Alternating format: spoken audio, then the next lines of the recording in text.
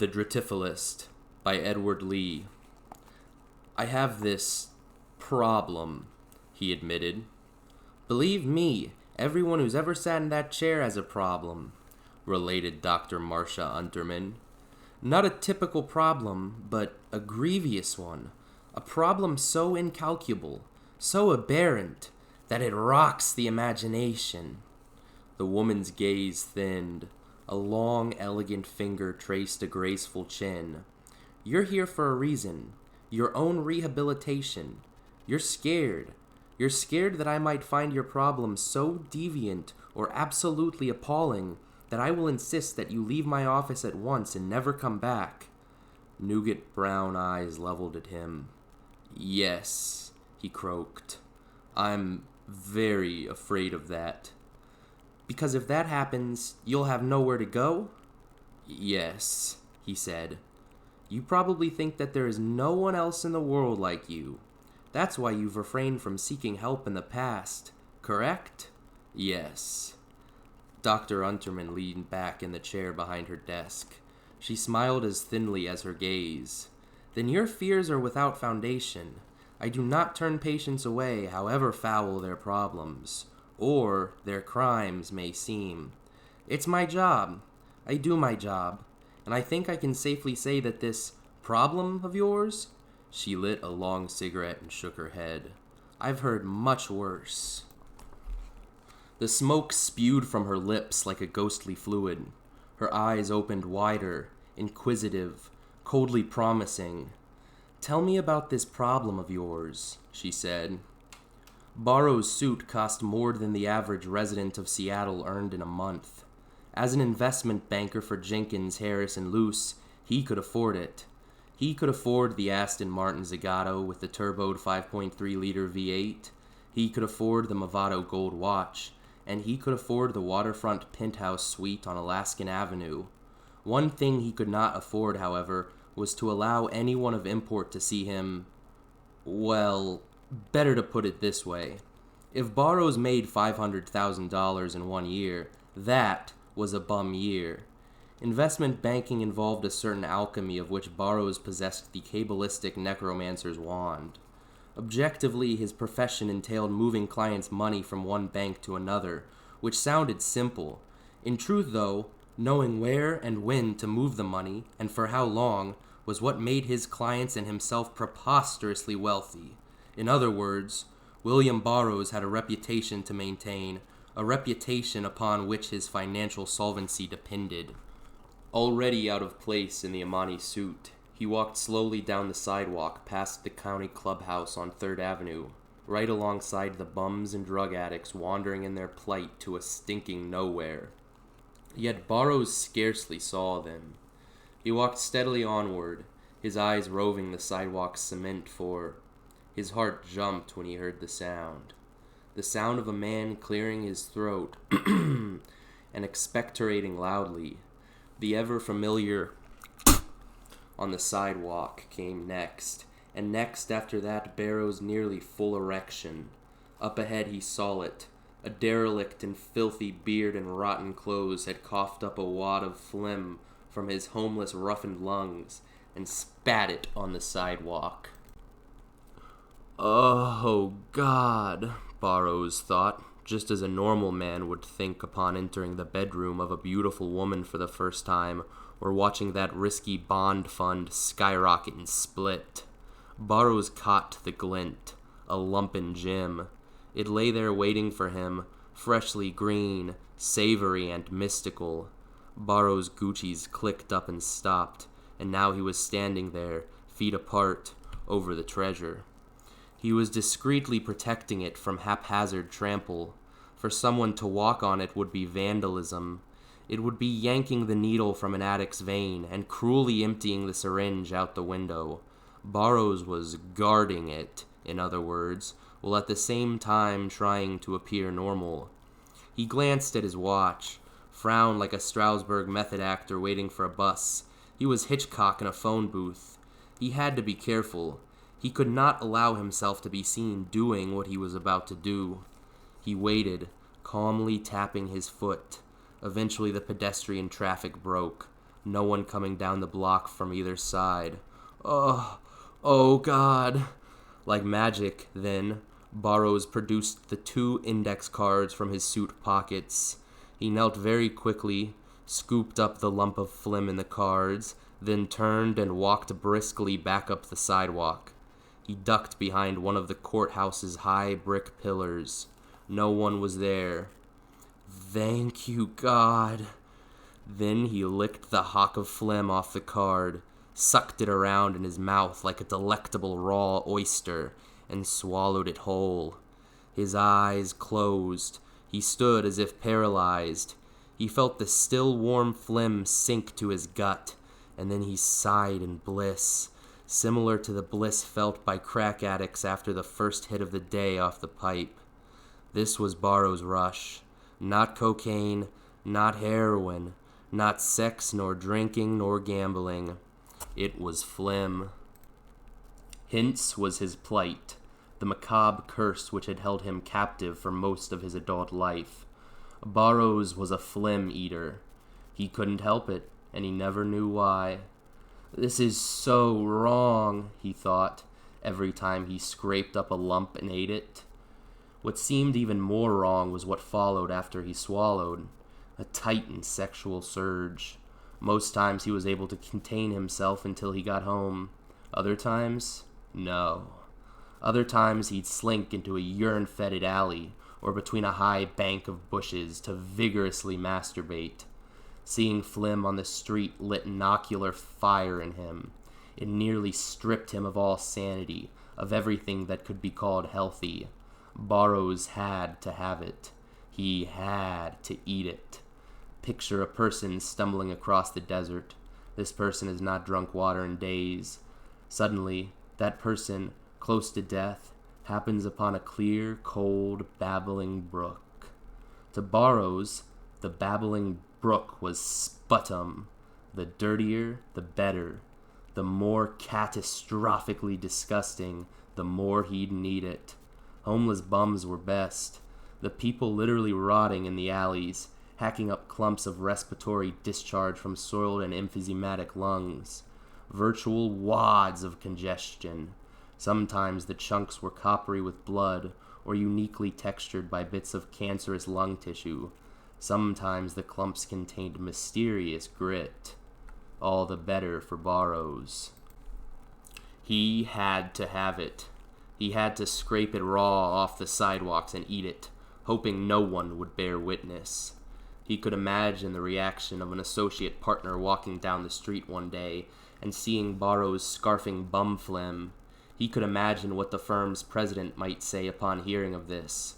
With every day that went by, and with every chunk of some rummy's hock that he ate, Burroughs knew he was existing on borrowed time. Once a Seattle cop had seen him, and though Burroughs could not conceive that eating phlegm off of the sidewalk violated the law, he was grateful that the constable had received a call on his radio at the same time. Burroughs did not want to have to explain what he was doing. A number of homeless had seen him too, but he needn't explain to them. Sometimes he paid the dregs of the local prostitutes to cough into his mouth. Sometimes he'd walk right up to paralyzed bums rotting in alleyways and pay them $100 to drag up a giant loogie and hack it up into his hand, after which he'd eat it like a culinary savoring Nukuli Acetra caviar off of toast points. Once he'd paid an obese homeless woman on Jackson Street to cough up a big one into his mouth. She'd smelled worse than anything Burroughs' olfactory senses had ever experienced, but she'd obliged and then some, hacking up a blob of phlegm the size of a baby's fist. When Burroughs had rolled it around on his tongue, he'd found a rotten tooth, which he'd swallowed with the rest of the prize. Bums and whores and Seattle's constant human street detritus were one thing, but he knew he had to be careful, more careful than he'd been in the past. He couldn't have people on the street recognizing him. Oh no, not with his picture constantly in the state market news, not with his picture in Forbes and the financial trade magazines. But too often it seemed that the longer this grotesque curse went on, the more he became lost in it. With every glob he slurped down, he realized how wrong it was, how demented and abnormal, and for the 2 decades that had transpired since his first indulgence at age 20, he'd always assumed that his sickness was so remote and so insulated as to be totally exclusive to himself. What could he say to his doctor? What could he say to a shrink? I have this problem, see? I have to eat phlegm. No. He could not say that because he couldn't believe that anyone else on the surface of the earth could be stricken with such a bizarre and filthy addiction. Burroughs in his curse felt alone in this world. Until he'd been hunting for a fresh wad after work as usual, stalking the most rank warrens of 3rd and Yesler, the bum district. Damn it, came the desperate thought. He itched junkie-like when he saw the droves of people milling up and down. The King Dome loomed, reminded him that baseball season was in full swing. The extra pedestrians would make his travail all the more difficult. Wait, he thought. No other choice. Burroughs ducked under the pillared cover of the King County Courthouse, amongst a coterie of employees out for a smoke break. He stood there for hours, waiting. By 8 p.m. he was cross-eyed in his need. His fingernails had dug crescent gouges into the meat of his palms, and his face felt slicked with sweat. He watched the whores flit by across the street, each of whom would be grateful to hack into his mouth for a C-note. He watched the bums straggle, spitting their precious wares onto the sidewalk. Too far away for Burroughs to claim. The sun sank. He came close to chewing a hole in his lower lip as he waited. Then, an obese, bearded man in a wheelchair, wearing a plaid dress of all things, but this was Seattle, rolled by and hacked loudly. A wad of blackish phlegm landed only feet before the place where Burroughs stood. Burroughs' heart picked up. He ducked out, an index card in each hand. Anxious glances up and down the street showed him meager pedestrian traffic. He scooped up the wad and walked to the big brown garbage can behind the bus stop, then knelt as if to tie his shoes. He didn't tie his shoes. His lips pulled the fresh lump off the card. He sighed as his tongue squashed the briny lump between his tongue and the roof of his mouth. He savored and swallowed. Jesus! It was all he could do, then, not to stick his hand right down into his pinstriped Italian slacks and beat himself off. His knees wobbled at the rush. He was fixing as the lump went down. Jesus God! When the rush lifted and his vision cleared, he heard a scuff to his left. The bus shelter, he thought, but hardly cared. Suddenly, though, the sidewalk was vacant, and in the bus shelter he saw a tall, haggard man, another bum, jeans smudged black with dirt, long hair, beard flecked with bits of food and boogers. The back of his dun-colored jacket read, King Street Gospel Homeless Shelter, and he was doing the most unusual thing. He was... what the... With a piece of cardboard, he was scraping up a pile of vomit in the bus shelter. In fact, he was scraping it up rather meticulously. The vomit looked like chunky pink oatmeal. Then he flapped the granular puke into a plastic Ziploc bag. He craned his long neck, caught Burroughs staring at him, a snarl like an animal. Then the man ran away, carrying his plastic bag full of bum vomit with him. That's when I knew it, Burroughs admitted to Dr. Unterman. When I saw that guy, that bum, scraping up the vomit off the sidewalk and carrying it away. He closed his eyes, rubbed his temples. That's when I knew that you weren't the only one with a severe and incomprehensible problem, Marcia Unterman finished for him. Collecting vomit. Collecting it, putting it in a bag. Burroughs looked up at the calmly psychiatrist. I don't even want to think about what he does with it later. He probably eats it, Dr. Unterman bluntly offered. It's a form of Dritiphily. Burroughs' lower lip hung down in bewilderment. A form of Dritiphily, or Dritiphilia. It's part of the clinical scope of what we now think of as an OCD, an obsessive-compulsive disorder. Her manicured index finger raised.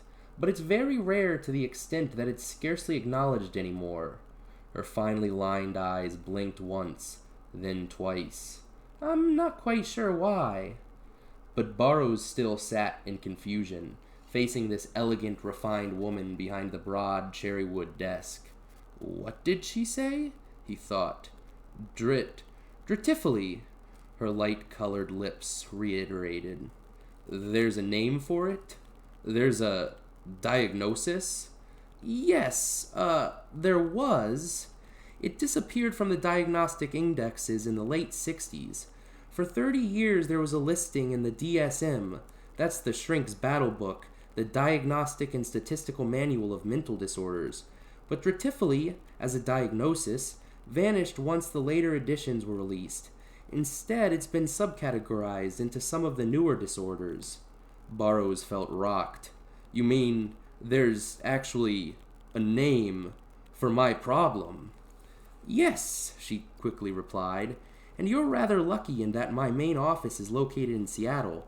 Besides myself, there are only 2 other psychiatrists on the West Coast who deal in such afflictions. One's in L.A., the other in San Diego. Burroughs paused to look at her, this gracile and unique specialist who had agreed to see him at a rate of $450 per hour. The fee to Burroughs was pocket change to a typical man. He'd pay anything for help. Dr. Marcia Unterman was probably over 50, sharply attired, graceful in manner, her face calm yet her myrtle-green eyes intense. The straight, shining dark gray hair, cut just above the shoulders, gave her an exotic cast, not an aged one. She was high-bosomed, strikingly attractive. Burroughs thought of a Lauren Hutton or a Jacqueline Bisset. He'd found her simply by searching the Department of Mental Hygiene's website. Dr. Unterman's office address and number had been the only listing under the critical outpatient/abnormal psychiatry heading. To Burroughs, abnormal was putting it mildly. So it was this derelict, this vagabond, that impelled you to contact me, she said more than asked. That's right. Burroughs still felt tightly uncomfortable by all he'd confessed to. Nevertheless, something about her allayed him, like confessing to a nameless priest behind a screen, and he remembered what she'd told him earlier. I've heard much worse. Comforting words to Burroughs, but still, how much worse, he wondered. It proved a terrifying question.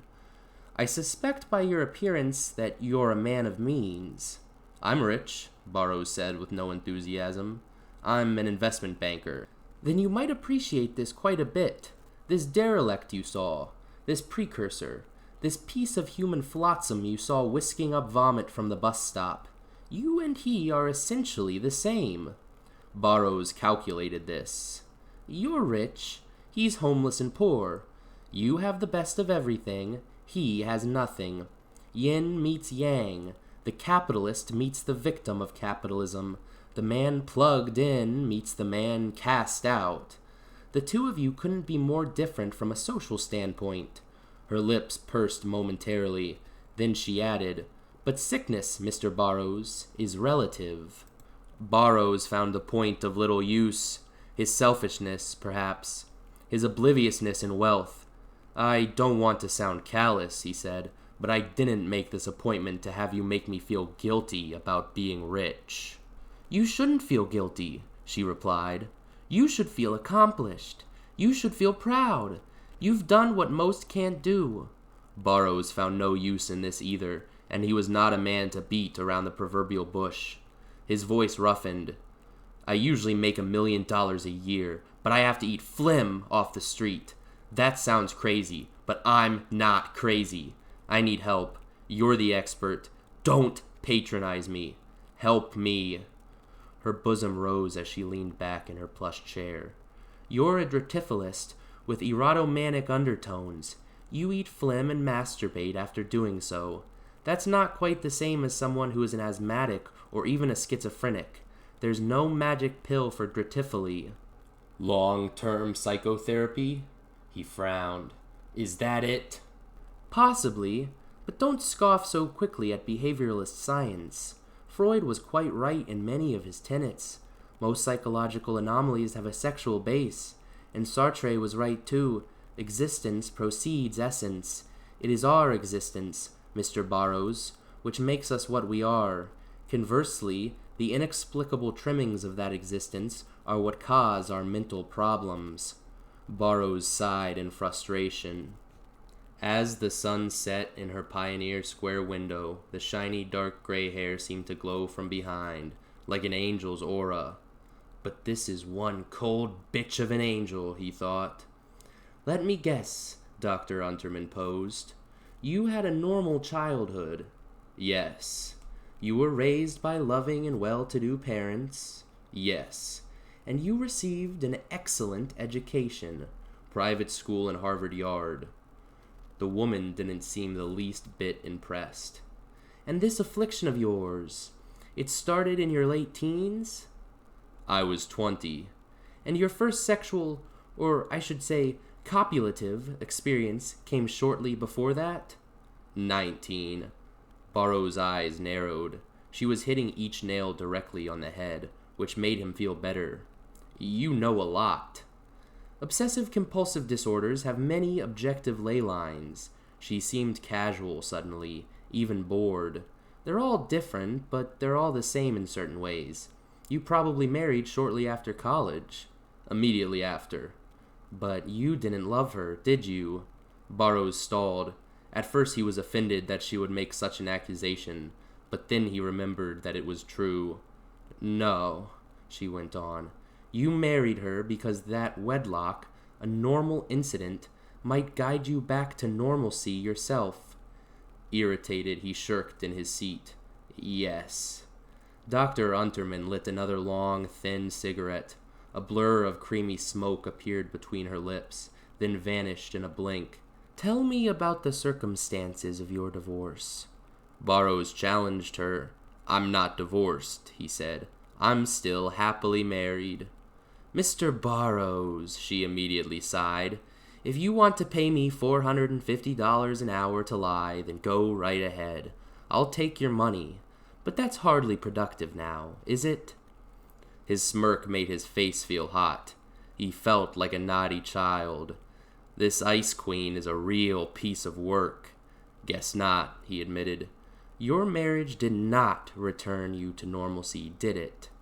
No. Your affliction only increased, and you hid it from your wife until... Burroughs loosened his collar. Yes, until she caught me red-handed. She got the flu one week. Go on. I'm your psychiatrist, Mr. Burroughs. The more you tell me, the more I can help. Burroughs' shoulders slumped. She caught me eating her Kleenex out of the wastebasket. In truth, yes? Whenever she had a cold or the flu. I loved it. He rubbed his face in his hands. All that Kleenex, all that snot and phlegm. It was like a treat, like a midnight snack. When Burroughs looked back up at Unterman, it was shamefully between his fingers. But the curt, elegant face remained unchanged. It remained inquisitive, calculating, not shocked. He sat back up straight in the leather chair. How come you're not disgusted? For the same reason an orofacial surgeon is not disgusted by a critical burn victim. The same reason a dentist isn't disgusted by an abscess. Your job is ministering to the intricacies of finance, Mr. Burroughs. My job is treating bizarre and often repellent mental disorders. To me, however, they're not bizarre nor repellent. They're merely disorders. Burroughs was amazed at her professional detachment. So then he sought to challenge her again, not with lies this time, but with a simple question with which to gauge her response. Let me ask you something. May I? Coils of faint smoke drifted upward. Yes, but I'll only answer if I deem it to be productive towards your therapy. All right.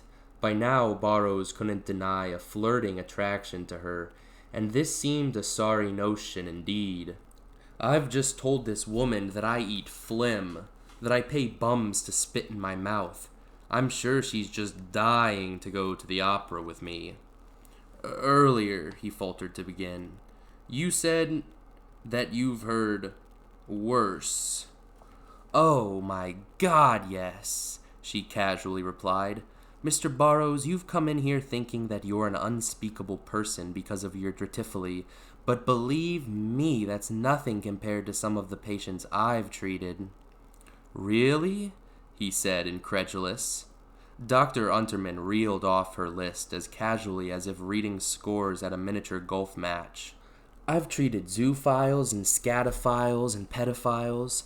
I've treated Munchausen syndrome where women really do love their kids, but can't help bringing them to near death. I've treated women with Helsinki syndrome who fell in love with the men who tortured them in ways that beggar description. I had a strange Pika case where a teenage girl unconsciously collected dog stool. She'd carefully dry the stools and consume them. And I had a sexual septicist once, a man obsessed with masturbating with a handful of his own feces. When I was at Georgetown, one of our case studies was an accountant who would collect used condoms from alleys in Washington, D.C.'s red light district and eat them. He was operated on over a dozen times because the condoms would inflate with his own waste and cause massive, potentially fatal intestinal blockage. We had another man addicted to eating toe cheese. And yet another man, a Virginia rancher, who could only attain erection by sucking the drool off the lips of cattle. She exhaled more smoke, unperturbed. Then we have what we call the Packers. Packers? Burrows dared. Men and women who behind closed doors are habituated to filling their rectal and reproductive cavities with just about anything you can imagine. Hamsters, fish, billiard balls, live snakes, live bullfrogs, wine bottles, garden slugs, you name it. One man from Annandale, Virginia, would blow mealworms into his urethra through a plastic tube. A 14-year-old girl from, I think she was a military dependent from Walter Reed, would insert the tip of a turkey baster into her own urethra in order to repeatedly aspirate air into her bladder. Some people simply like to be filled, Mr. Burrows, for reasons that can never be clinically perceived. Then we've got the more common aberrations. The collectors, the gym teachers who collect dirty socks, the custodians who collect used tampons, the fetishists who break into houses and collect undergarments soiled by the so-called skid marks, pedicurists who keep their clients' toenail clippings, doctors who collect pus-drenched bandages, and nurses who collect enema nozzles to secret away back to their homes, to sniff and to lick. Burrows felt exhausted listening to this, and disgusted, but there was more. One of my colleagues at the Clifton T. Perkins Evaluation Center wrote an entire diagnostic paper on a dermatologist who would topically anesthetize appropriate prison patients and with pliers squeeze the milk out of large moles and lick it up. During my internship at the psych wing of the Falloway Med Center, there was a nun who was constantly volunteering for duty in places like Calcutta, Karachi, and the Sudan. Her sister superiors alerted us to her problem. She was cleaning the ears of the dying with Q-tips and sucking off the wax. Fuck, Burrows thought. Stercoroaceous syndromes are actually even more common, she continued. People obsessed with human excrement, their own or that of others. Adolf Hitler was said to be a stercoromaniac. He liked to defecate on women's faces. Poor Eva Braun, huh? A reverse syndrome involves the opposite. Clearly Freudian. People who can only become sexually aroused while being defecated on. The actual shit-eaters are called corporophiliacs or cacophiles, hence the children's colloquialism, caca. You'd be surprised how many feces-eaters there are in the realms of modern mental disorder. Burrows' head began to feel light from shock. We've even had a few vomit-eaters, the elegant woman went on, like the derelict you saw at the bus stop. People who can find no sense of actualization without the self-abasement of consuming the puke of strangers. They're called refluxomaniacs, by the way, and though I've never actually met a phlegm-eater before, I've read several cases regarding them, so you needn't feel exclusive, Mr. Burrows. There are, indeed, other people sitting in the same boat as yourself. Borrows needed a drink. Bad. Phlegm eater, he thought. There it was, a single, simple term. But you also called it what? Dritiphily, from the Middle English noun drit, meaning something akin to human filth. You see how obscure the base word is? It doesn't even actively exist in our language anymore. But obsessive-compulsive symptomologies do indeed exist within a broad range of clinical verges, utterly minor to the utterly outre. Your regrettable affliction, your dritiphily, is the most extreme manifestation of the poor soul who must count to 10 every time they see a red truck, or must step on every third crack in the sidewalk. Even Borrows, in his overall shock, had to take exception. Paying rummies and 6 street whores to spit in my mouth isn't exactly stepping on sidewalk cracks. Outwardly, no, but inwardly, it's all rooted in the same inception, the stad woman replied. We simply have to identify that inception, in your particular case, Mr. Borrows, and then we'll disclose the proper avenue of your my cure? Borrows said hopefully. Yes. She turned her hand and raised her rice paper wrist to cast a glance at her watch. We still have plenty of time. I think we should go on. All right, Borrows agreed. Please. So what have we done thus far? We've identified the more intricate manifestations of your dritiphily. We've established, through your own self-revelation, that you are habituated to eating phlegm, and that this ingestion is the only thing that permits you to achieve sexual arousal. Yes? Borrows didn't like the sound of that, but he kept reminding himself what he was here for. Hence his reply, yes. Normal childhood, normal upbringing, she said more to herself. Not at all uncommon. The bad childhoods, the abnormal upbringings, those are the environmental breeding grounds for the Henry Lee Lucases, the John Wayne Gacys, the Jeffrey Dahmers. But you're a successful investment financer, not a psychopath, not a serial killer. Thanks, Borrows thought. Instead, your anomaly is rooted in between those notions. It's hidden. It's secreted away somewhere. Think of a well-crafted clock, but with the tooth of one solitary gear broken. We will find that cog, Mr. Borrows, and we will fix it. You make it sound easy, his voice grated. It may be. How badly do you want to be cured? He looked up. I'll do anything. Pay. Anything. You're accustomed to throwing money at your problems, she acknowledged. But that may not suffice here. Your mind is not a carburetor simply in need of a new gasket. But, as your current psychologist, I'd be negligent in not informing you of some potential quick fixes. There are, for instance, some rather radical treatments not endorsed by the APA, available in South America. Karyothiazine infusions, which alter the chemistry of your brain, acupuncture, various aroma and thermal therapies, narcosynthesis and biofeedback cycles. I'll admit sometimes they work, but I can't recommend them. Borrows sat closer to the edge of his seat, wringing his hands. I'll try anything, and I'll pay. I'll pay a lot. So you've said. One thing I can recommend a bit more than the latter would be an aversion therapy clinic in Köping, Sweden. Believe me, they'll cure you of anything. The hard way. I'll do it! Borrows nearly shouted at her. I don't suppose that the $30,000 per month inpatient fee would bother you, but I'll be honest in informing you that all too often these rather Pavlovian aversion techniques only eradicate one disorder to expeditiously replace it with another. Great! I go from eating phlegm to eating shit. No thanks, Borrows gruffed. He sat back, hands held out uselessly. What then? Your best chance for successful recovery? Tell me! Her long fingers idly rolled the cigarette, then crushed it out.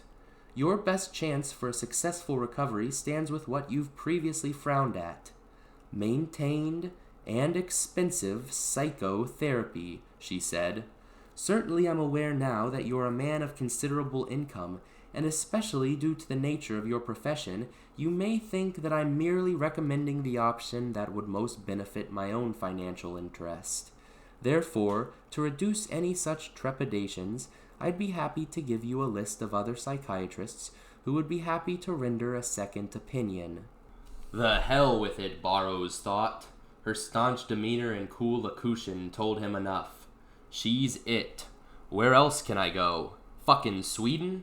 Goddamn South America? Besides, at the very least, she was attractive.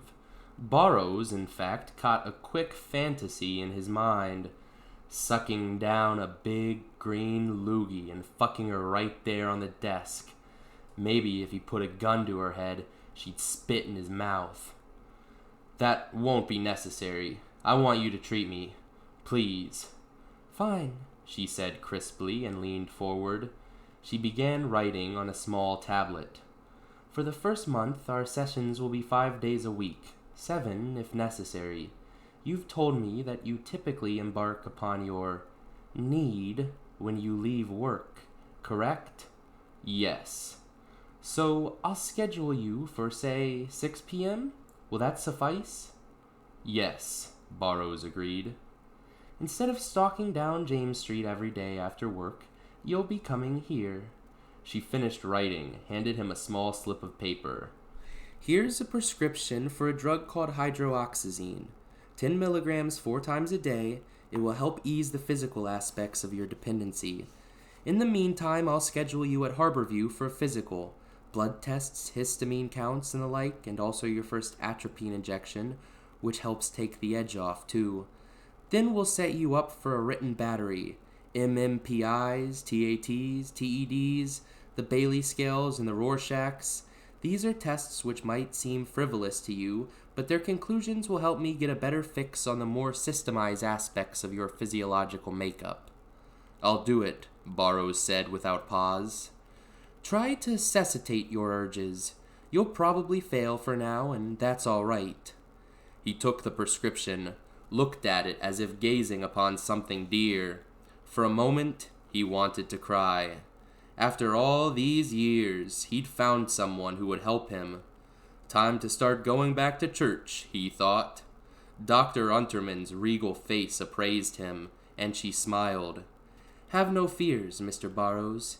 You've made the first, most crucial step. You've come for help, and I'll help you.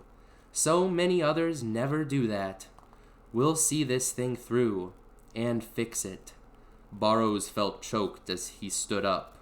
Thank you. His gaze drifted from her face to the wall behind her, which was covered with degrees and certificates. You must be pretty good. Not to sound pretentious, Mr. Barrows, but as for treating cases such as yours, I'm probably the best in the country. Now go home, think about what we've discussed, and envision the end of your affliction. I will. Tomorrow at 6, then? Yes. And get that prescription filled tonight. I will. She lit another long, slim cigarette. Long and slim and refined like herself. Good night, Mr. Barrows. Misty-eyed, Barrows left the office. Part of his psyche, of course, urged him to head right back down to his hunting grounds and search for strange, tender morsels of his need. But not tonight, because as he made his exit from the frosty, handsome woman's office, he realized he was leaving with something he'd never had in the last 2 decades. He was leaving with hope. It was like heroin. It was like high-grade crack or freshly distilled crystal meth. Extreme, obsessive-compulsive disorders affected the same neurotransmitters that the most highly addictive narcotics affected. Marcia Unterman had seen enough victims to know not only this, but the ultimate implications. You always start a patient off with a positive purview. That was essential. But the rest was never easy. Sometimes it was impossible, and Dr. Unterman knew impossible when she saw it. She knew that Burroughs wouldn't make it. Her black bally-high heels clicked along the clean cement of the parking garage beneath the 20-story mirror-faceted Millennium Tower, and it was a nice, new black Mercedes 450 that she slid into. She lit another cigarette, a beastly habit she knew, but didn't yet start the engine and leave for her lakeside Fairmont condo. Instead, she thought, extreme obsessive-compulsive disorders, OCDs, especially the really radical ones. Dr. Unterman had learned much in her nearly 30 years of abnormal clinical psychiatry. She'd learned that some things weren't worth trying to treat. She heard the footsteps even before the figure turned the corner. She powered down the driver's side window.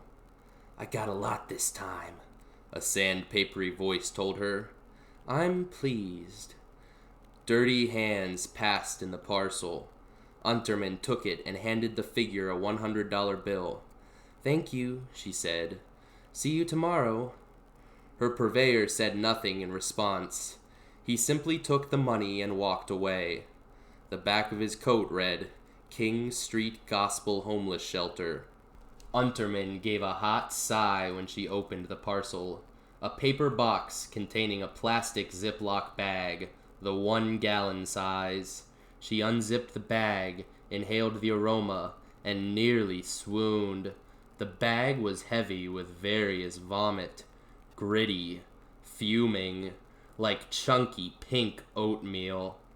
No, some things weren't worth trying to treat, but capitulation was a treatment of its own, wasn't it? Sometimes you just had to surrender to the incontrovertible truth. Be who you are, she thought, in the ultimate Freudian nod. She flicked out her cigarette. Accept it and adapt. That's what she had done, and it worked.